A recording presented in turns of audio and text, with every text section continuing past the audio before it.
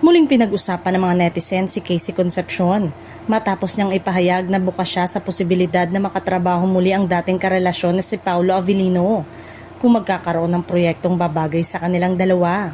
Ayon kay Casey, wala siyang nakikitang problema sa muling pakikipagtrabaho kay Paulo dahil pareho naman silang profesional pagdating sa kanilang trabaho.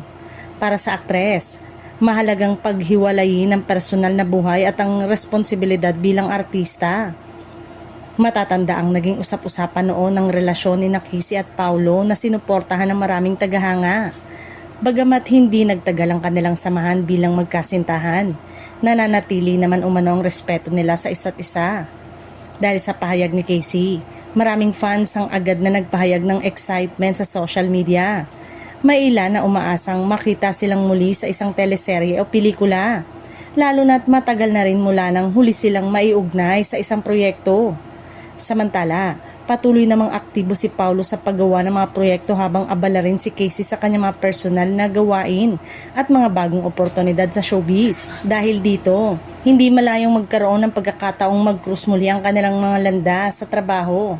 Sa ngayon, ay wala pang kumpirmadong proyekto para sa dalawang ngunit sapat na ang pagiging bukas ni Casey sa ideya ng muling pakikipagtrabaho kay Paulo upang muling buhayin ang interes ng kanilang mga taga-suporta.